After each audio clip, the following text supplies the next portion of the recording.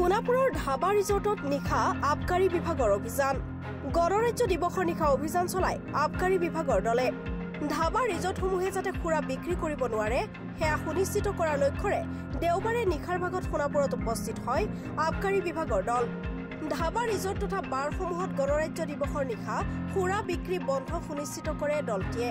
ইয়াৰ উপৰিও সোনাপুৰত অবৈধভাৱে সুৰাৰ ব্যৱসায় চলাই থকা ধাবা ৰিজৰ্টসমূহকো সংবাদ মাধ্যমৰ জৰিয়তে সকিয়নি প্ৰদান কৰাৰ লগতে ডিমৰীয়াৰ কোনো স্থানতেই ধাবা ৰিজৰ্টসমূহৰ কৰ্তৃপক্ষক অবৈধ সুৰাৰ ব্যৱসায় নকৰিবলৈ আহ্বান জনায়।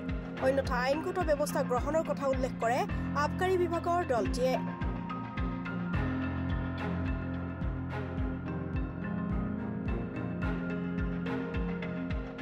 মানে আজিৰ অভিযানটো মানে হেৰি নাই, কথাটো হ'ল যে আমাৰতো সোনাপুৰ অঞ্চলত আমি বহুদিনৰ পৰা আমাৰ এই অভিযানটো চলাই আছোঁ। বিশেষকৈ আজি 26 জানুৱাৰী এইটো গোটেই ভাৰতবৰ্ষতে ড্ৰাই ডে আপোনালোকে জানেই।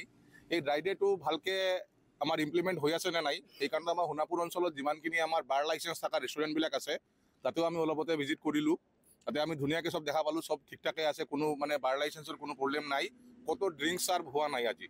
আৰু বিশেষকৈ ধৰক যে সোনাপুৰ অঞ্চলত কিছুমান ধাবাত আমি গম পাওঁ কেতিয়াবা মানুহবিলাকে কাষ্টমাৰবিলাকে নিজে অলপ চলপ লিকাৰ লগত কেৰি কৰি আনি মাজে মাজে ইয়াতে খাই থাকে। সেইকাৰণত মানে আমি এইবিলাক জেগাতো আজি অলপ মানে ষ্ট্ৰিক্টলি চাই আছোঁ যে ক'তো যদি আমি দেখা পাওঁ যে এই ৰুলটো ভায়োলেট কৰিছে তেতিয়াহ'লে আমি আবকাৰী নিয়মমতে তেওঁলোকৰ পৰা পদক্ষেপ ল'ম আৰু যিটো হেৰিও আছে।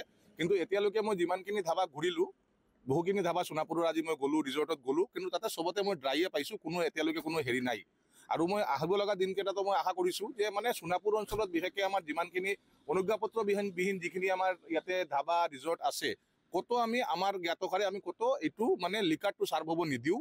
লিকাৰ চাৰ্ভ যদি কোনোবাই কৰে তাৰপিছত কিন্তু আবকাৰী নিয়মমতে তেওঁলোকৰ ওপৰত মানে ডাঙৰকৈ পদক্ষেপ লোৱা যাব।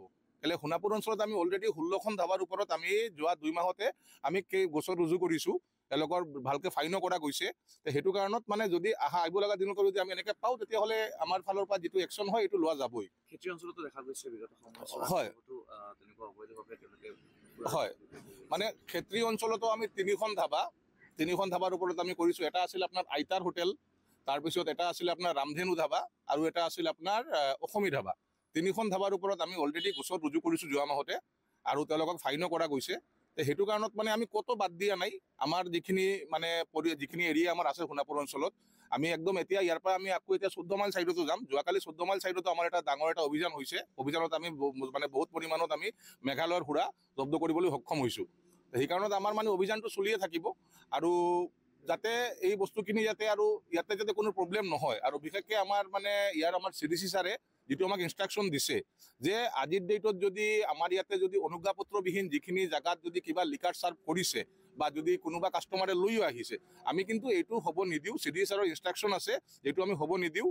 আৰু এই কাৰণত মানে আমি চবৰ তাতে এটা অনুৰোধ ৰাখিম আপোনালোকৰ যোগেদি যে মানে যদি আপোনালোকে ভাবিছে যে যদি আপোনালোকে ইয়াতে মদ নহ'লে আপোনালোকৰ বিজনেছটো নচলিব তেতিয়াহ'লে চৰকাৰৰ তাতে আপোনালোকে 12 লাইচেঞ্চৰ কাৰণে এপ্লাই কৰক। চৰকাৰে এইটো বিচাৰ কৰি চাব, যদি 12 লাইচেঞ্চটো পাই যায় তেতিয়াহ'লে বস্তুটো ৰেগুলেটেড হৈ যাব।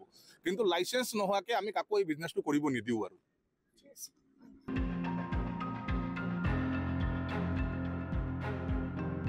সোনাপুৰৰ পৰা পূৰবী কাশ্যপৰ ৰিপৰ্ট, সংবাদ লহৰ।